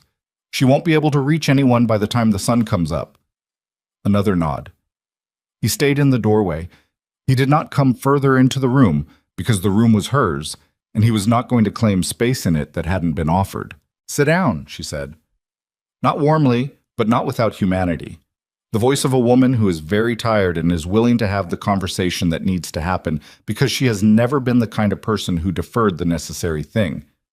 He sat in the chair, the same configuration as before, the lamp between them. "Tell me all of it," she said. So he did. He told her about Tommy's accounting man and the 14 months of redirected funds. He told her about the Philadelphia meetings and the coalition Vivian had been building inside his own organization. He told her about the restructure he had approved without reading carefully enough, the men he had moved and replaced without consulting the people who would have told him what he was signing. He told her about the photograph outside the hospital and the young man in the alley and the warehouse on Gowanus. He told her everything with the flat, detailed honesty of a man who has decided that the version of himself that managed information strategically has cost him everything it was ever going to cost him and is not a version he is willing to continue performing. She listened without interrupting. This was one of her qualities he had always understood intellectually and never fully reckoned with, the ability to receive difficult information completely, to not deflect or insert herself into the middle of it, to simply take it in and hold it, and then respond from a place of having actually heard it. He had spent 22 years being surrounded by people who interrupted, who redirected, who managed the information flow in every conversation to serve their own position. Claire just listened. She always had. He had mistaken this for years for passivity. It was the opposite of passivity. It was the discipline of someone who understood that you cannot respond correctly to something you haven't fully received. When he finished, she was quiet for a moment. Then she said, "How long have you been unhappy?" The question caught him. He looked at her. "What?" "You," she said. "Not the organization, not the money, not Vivian. You." She met his eyes with the steadiness he had watched her develop over 8 months into something formidable. "Because I've been asking myself this whole time how a man who I know, and I do know you, Dante, whatever else is true, how that man disappears into this for 4 years and doesn't notice what he's losing. And the only answer I can find is that he was already somewhere he didn't want to be." The silence in the room was very complete. "I don't know when it started," he said finally, and it was the most honest thing he had said in longer than he could calculate. It was, "I built something, and the building of it required things from me, and I gave those things, and somewhere along the way the giving became the whole of it. And then Vivian told me that was correct, that the giving was the point, that the rest, you, the family, the other things, were what weak men held on to." He stopped. I believed her because it was easier to believe her than to look at what I was becoming. Claire looked at him. Her face had lost the vault completely, not open into something soft, but simply present, the way a face looks when the performance of protection is no longer necessary, because whatever is being said has moved past the point where protection could change it. "I know," she said. "I'm going to dismantle it," he said. "The organization, not, I can't walk away from 22 years in a day. There are negotiations, agreements, legal processes. It will take time. But I'm done, Claire. I'm telling you that because you deserve to hear it said plainly, not because I expect it to change anything between us." She looked at him for a long time. The lamp made shadows. Her daughter moved against her hands, that small internal percussion that was its own kind of punctuation. "Seattle," she said. "Seattle," he agreed. "Whatever that looks like. However I can be useful from there or from here or from wherever you need me to be. I'm not asking to come with you. I'm telling you that the baby, our daughter, will have a father who shows up, whatever form that has to take." Claire's jaw moved, the muscles she controlled everything with. He watched her hold something and then let it go. Not forgiveness, not yet. That was not a thing that happened in a lamp-lit room at 4 a.m. after a single night's honesty, but something adjacent to it. The decision to leave the door open rather than close it, which was not nothing, which was, in fact, given everything, considerable. "Get some sleep," she said. "There's a couch in the living room." He nodded, stood up. "Dante," she said. He stopped. "The things she said to you," Claire said quietly, "about me not understanding your world, about love being weakness." She looked at him with the clear, direct gaze that had been one of the first things he had loved about her, the refusal to look away from the thing that needed to be looked at. "She was wrong about all of it. I understood your world fine. I just couldn't save you from choosing it." He stood in the doorway with that. It was not gentle. It was not meant to be. It was the truth delivered by someone who had earned the right to deliver it, and it landed in him the way true things land, not cleanly, not with the satisfaction of resolution, but with the dull and specific weight of something that was going to take a long time to fully absorb. "I know," he said, and went to sleep on his sister-in-law's couch in Brooklyn with the lamp still on under the door at the end of the hall. What followed was not a clean dismantling. Nothing about it was clean. Clean was a fantasy that belonged to people who had never tried to unwind 22 years of layered infrastructure, legal and otherwise, in a way that did not leave bodies, metaphorical and otherwise, scattered across 3 states. Patricia Osei handled the legal architecture. She was, as Tommy had once heard Dante describe her without having met her, a structural engineer of the law. She did not perform advocacy. She built frameworks, and the framework she built around Dante's cooperation with federal authorities over the following 4 months was a thing of careful and unglamorous work, The kind that did not make news and did not resolve neatly, but protected what needed protecting and exposed what needed exposing with the precision of someone who had done this before and understood that the goal was not victory, but survival with integrity intact. Vivian's cooperation, once she began, was thorough.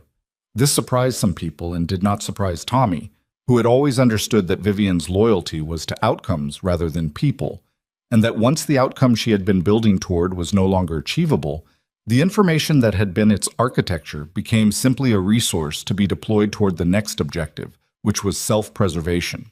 She gave the federal investigators the Philadelphia network in complete detail. She gave them the financial routing. She gave them the names of the men who had taken her money and positioned themselves accordingly inside the organization. In exchange, she negotiated a sentence that was less than it could have been and more than she had hoped for.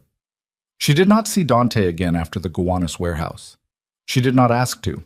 The Philadelphia faction collapsed within 6 weeks once its financial underpinning was removed. The men Vivian had installed in the eastern positions were reassigned or removed, or in 2 cases decided independently that relocation was the better option and relocated. Tommy managed the organizational transition with the methodical competence of a man who had spent 30 years learning every load-bearing element of a structure and could, if required, hold it upright while it was being rebuilt into something smaller and more legally defensible. Carlos Reyes, who had gone quiet in New Jersey after his exile, resurfaced in February and returned the money with interest, as instructed. Dante never heard from him again.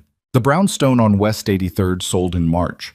Claire had never asked him to sell it, and he had never discussed selling it with her. He simply listed it, and when Tommy asked why, he said that it was not a place he was going to live in, and that it was not a place he wanted to keep, and that was the whole of the explanation. He moved into a rented apartment in a building with no particular character in a neighborhood he had no particular attachment to, and he lived there through the winter and into the spring with a spare efficiency that was partly circumstance and partly something he was choosing. The deliberate reduction of surroundings to the essential while he figured out what the essential actually was. He flew to Seattle in February. Not to stay. Claire had not asked him to stay, and he had not proposed it. He flew out because she had a follow-up appointment with her new obstetrician, and he had asked, by text, whether he could be there, and she had texted back a single word, yes. The appointment was in the morning.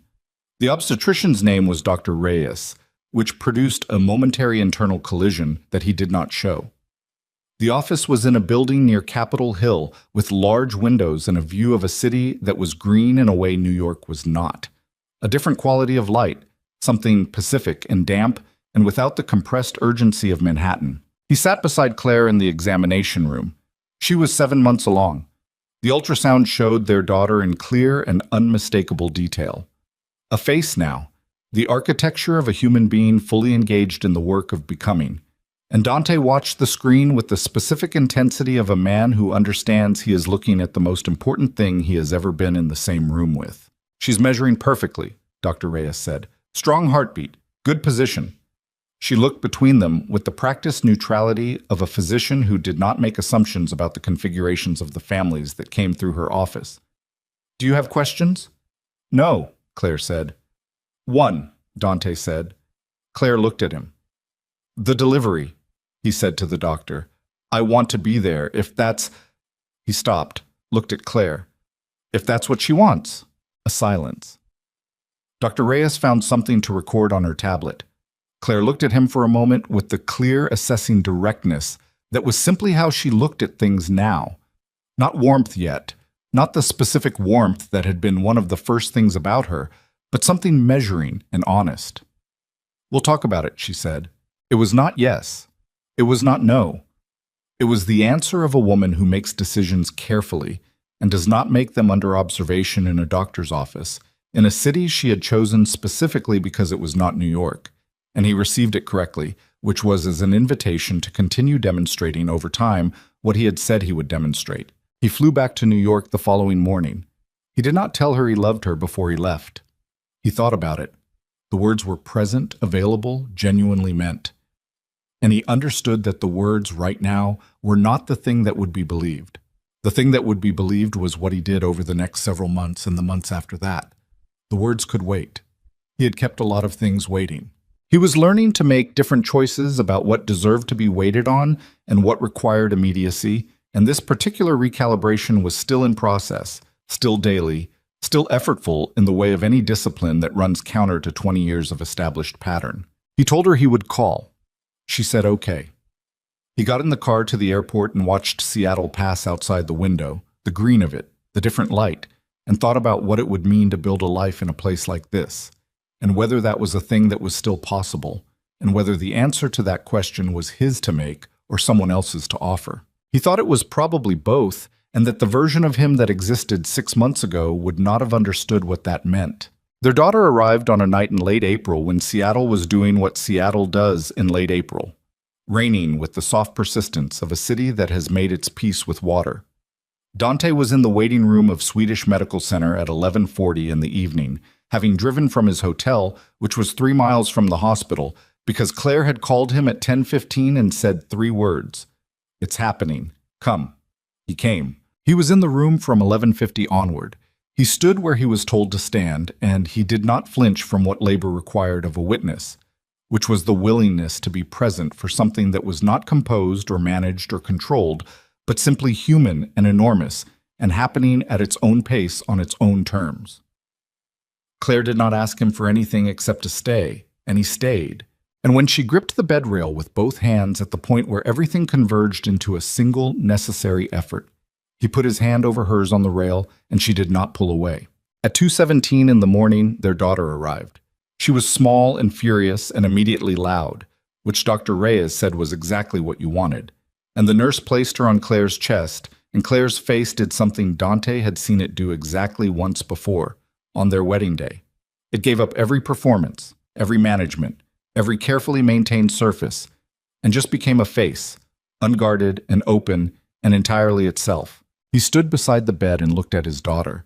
She was red-faced and wrinkled, and her eyes were shut against the light, and she was the least composed thing he had ever seen, and she was, without any calculation or effort, the most significant thing he had ever been near. He did not cry.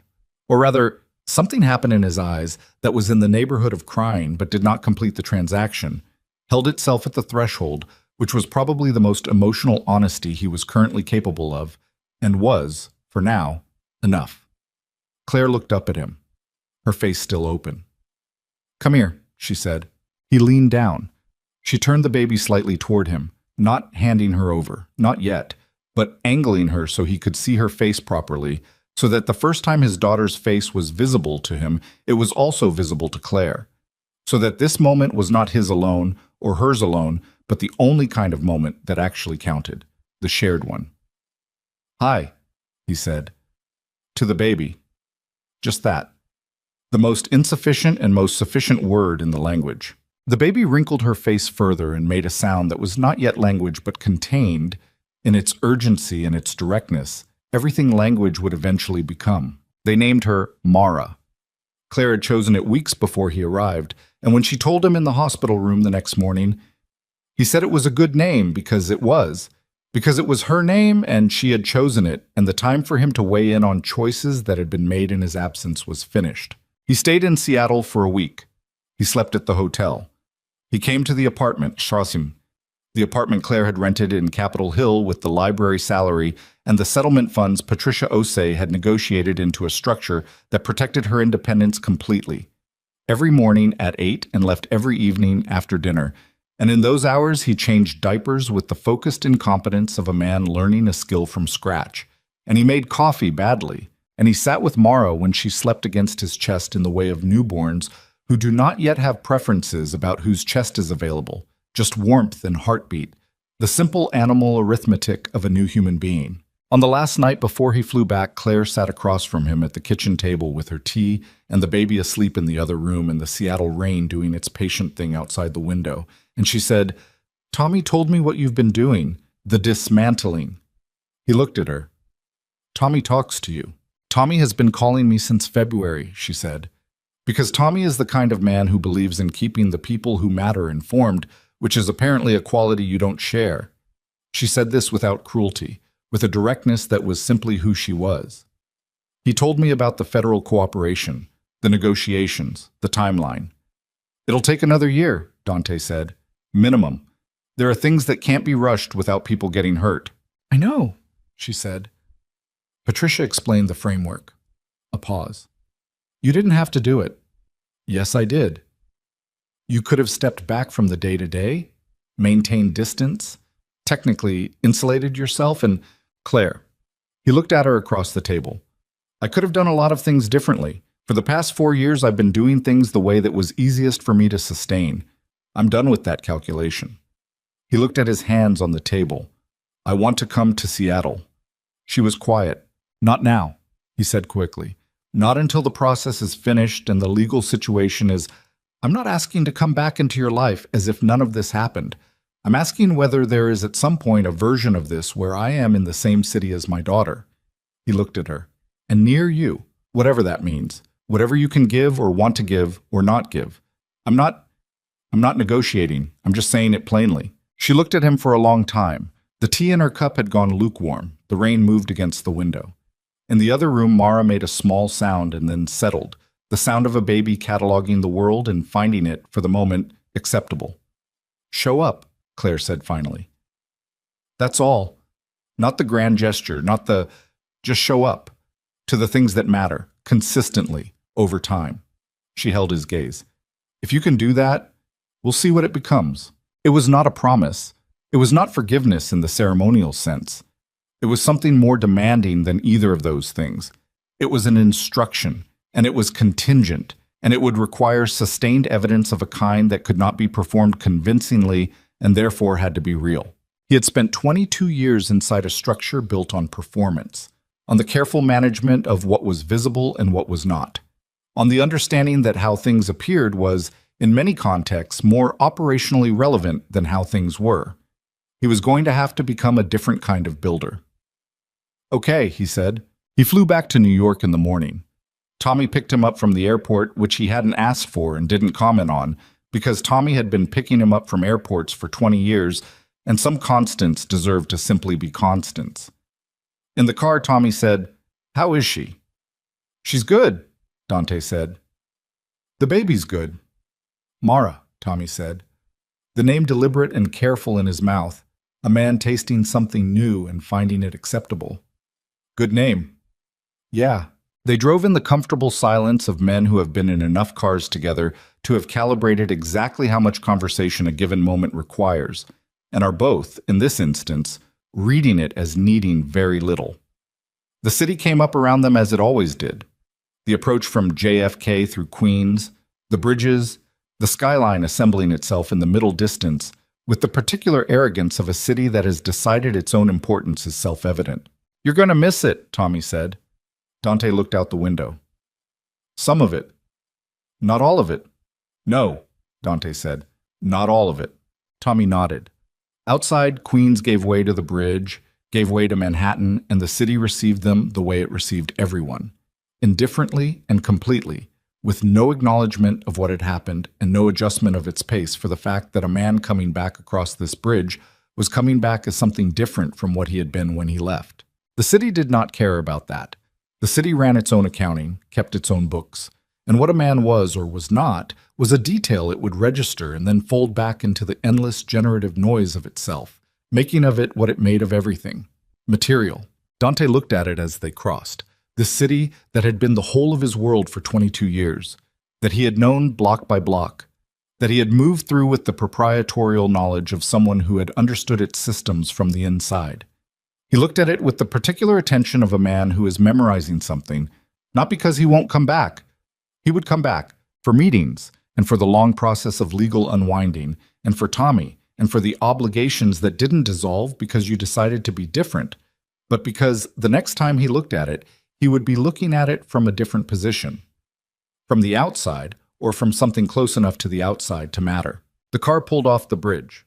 Manhattan closed around them. In a rented apartment in a building with no particular character, there was a box he had not unpacked. Inside the box was the last thing he had removed from the brownstone before it sold. A framed citation given to him 20 years ago by a man who was now dead, acknowledging his ascension into the organization's leadership. He had kept it not from sentiment, but from the same instinct that made soldiers keep photographs of battles. The reminder that the thing happened, that the cost was real, That the life was not invented. He was going to take it out of the box tomorrow and put it somewhere he could see it. And then, when he moved to Seattle, he was going to leave it behind, not throw it away. Leave it in whatever furnished apartment or storage unit he ended up with, to be dealt with by time. The reminder would be inside him by then. The frame and the glass and the official language of the citation would be weight he didn't need to carry. He had enough weight to carry.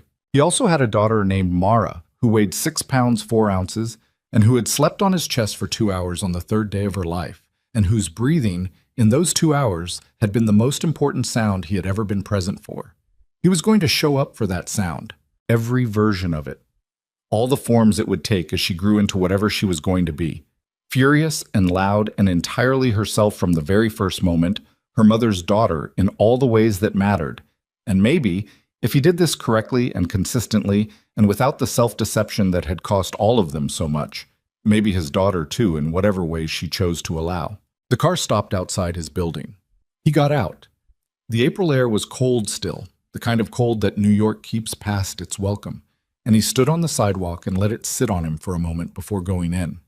Tommy said, through the open window, "Call me tomorrow." "Tomorrow," Dante said. He went inside, took the elevator, walked the hall, opened the door of the apartment that was not yet a home and would not be a home here, and sat down on the couch in his coat without turning the lights on, and stayed there in the dark for a while. Not thinking, not planning, not managing the information or calculating the next move.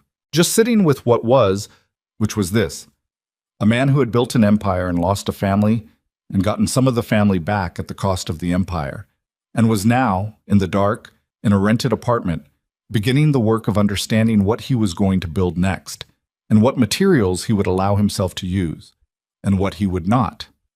Outside, the city continued its indifferent and magnificent noise. Inside, it was quiet. He stayed in the quiet. He was learning how.